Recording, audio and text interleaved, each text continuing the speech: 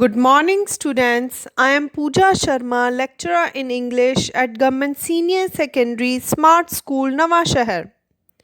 In this lecture, we will be learning how to use was, were in translation. ਪਿਆਰੇ ਬੱਚਿਓ, ਸਭ ਤੋਂ ਪਹਿਲਾਂ ਅਸੀਂ was ਅਤੇ were ਦੇ use ਬਾਰੇ ਜਾਣਦੇ ਹਾਂ। was ਅਤੇ were ਦਾ ਪ੍ਰਯੋਗ past tense ਵਿੱਚ ਹੁੰਦਾ ਹੈ।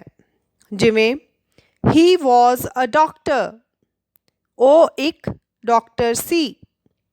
was ਦਾ ਪ੍ਰਯੋਗ first person singular ਯਾਨੀ I ਅਤੇ third person singular ਯਾਨੀ he, she, it ਲਈ ਕੀਤਾ ਜਾਂਦਾ ਹੈ।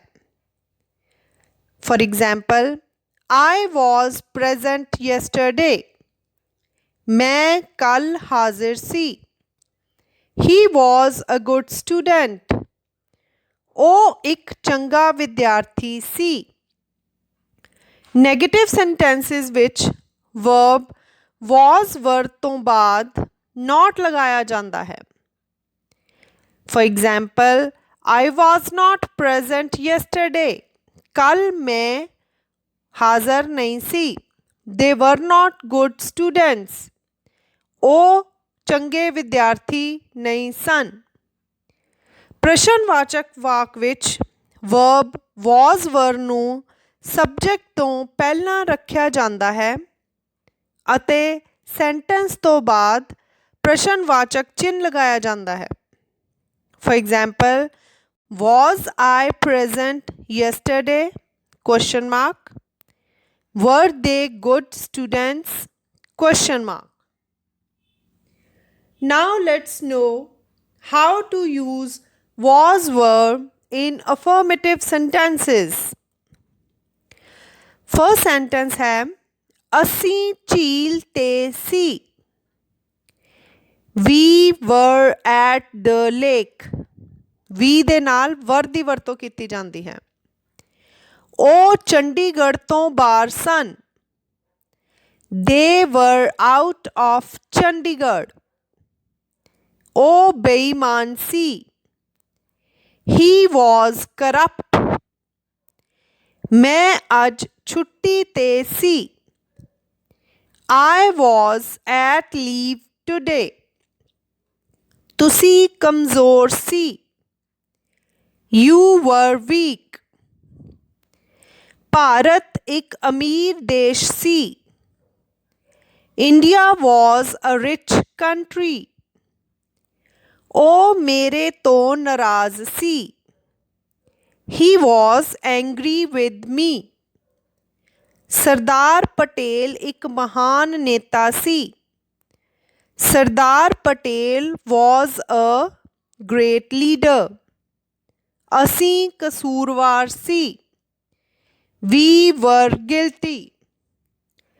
ਜਿਵੇਂ ਕਿ ਬੱਚਿਓ ਤੁਸੀਂ ਦੇਖਿਆ ਹੈ I ਅਤੇ ਥਰਡ ਪਰਸਨ ਸਿੰਗੂਲਰ ਜਿਵੇਂ ਕਿ he, she, it ਇਹਨਾਂ ਦੇ ਨਾਲ was, you, they, we ਤੇ ਪਲੂਰਲ ਇਹਨਾਂ ਦੇ ਨਾਲ were ਦੀ ਵਰਤੋਂ ਕੀਤੀ ਜਾਂਦੀ। ਆਓ ਹੁਣ ਅਸੀਂ ਨੈਗੇਟਿਵ ਸੈਂਟੈਂਸਿਸ ਨੂੰ ਜਾਣਦੇ ਹਾਂ। ਨੈਗੇਟਿਵ ਸੈਂਟੈਂਸਿਸ ਦੇ ਵਿੱਚ was were ਤੋਂ ਬਾਅਦ not ਲਗਾਇਆ ਜਾਂਦਾ ਹੈ। ਅਸੀਂ ਝੀਲ ਤੇ ਨਹੀਂ ਸੀ। We were not at the lake. ਉਹ ਚੰਡੀਗੜ੍ਹ ਤੋਂ ਬਾਹਰ ਨਹੀਂ ਸਨ। They were not out of Chandigarh. ਉਹ ਬੇਈਮਾਨ ਨਹੀਂ ਸੀ। He was not corrupt.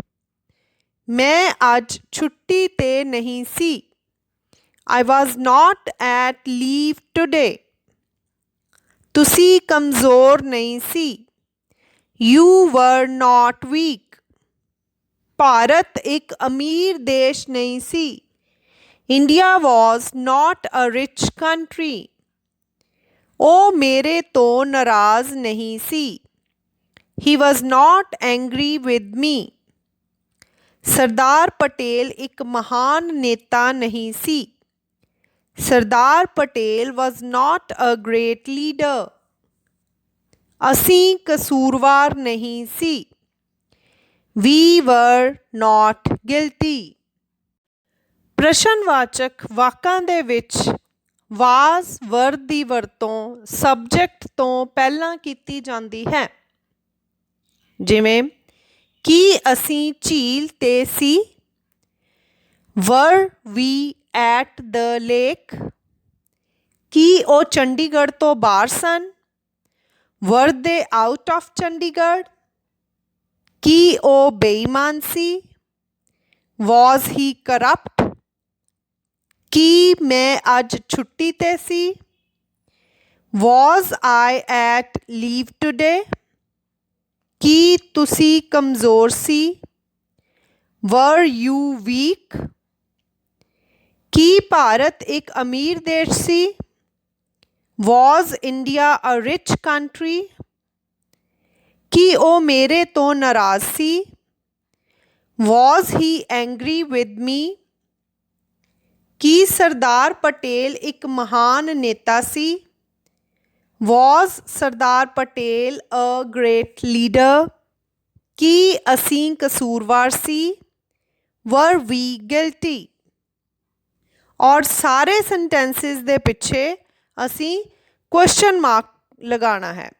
ਇਸ ਨੂੰ ਹਮੇਸ਼ਾ ਅਸੀਂ ਯਾਦ ਰੱਖਣਾ ਹੈ ਕਿ ਜਦੋਂ ਵੀ ਇੰਟੈਰੋਗੇਟਿਵ ਸੈਂਟੈਂਸ ਅਸੀਂ ਲਿਖਣਾ ਹੈ ਤਾਂ ਵਾਕ ਦੇ ਅੰਤ ਵਿੱਚ ਕੁਐਸਚਨ ਮਾਰਕ ਜ਼ਰੂਰ ਲਗਾਉਣਾ। Now let's do interrogative negative sentences।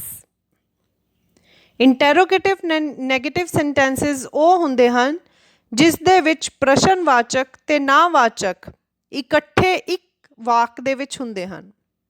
ਇਸ ਦੇ ਵਿੱਚ ਸਬਜੈਕਟ ਤੋਂ ਪਹਿਲਾਂ ਵਾਜ਼ਵਰ ਲਗਾਇਆ ਜਾਂਦਾ ਹੈ ਤੇ ਸਬਜੈਕਟ ਤੋਂ ਬਾਅਦ ਨਾਟ ਦਾ ਪ੍ਰਯੋਗ ਕੀਤਾ ਜਾਂਦਾ ਹੈ ਤੇ ਵਾਕ ਦੇ ਅੰਤ ਵਿੱਚ ਕੁਐਸਚਨ ਮਾਰਕ ਲਗਾਇਆ ਜਾਂਦਾ ਹੈ। Let's take examples. ਕੀ ਅਸੀਂ ਝੀਲ 'ਤੇ ਨਹੀਂ ਸੀ। Were we not at the lake? ਕੀ ਉਹ ਚੰਡੀਗੜ੍ਹ ਤੋਂ ਬਾਹਰ ਨਹੀਂ ਸਨ। Were they not out of Chandigarh? ਕੀ ਉਹ ਬੇਈਮਾਨ ਨਹੀਂ ਸੀ।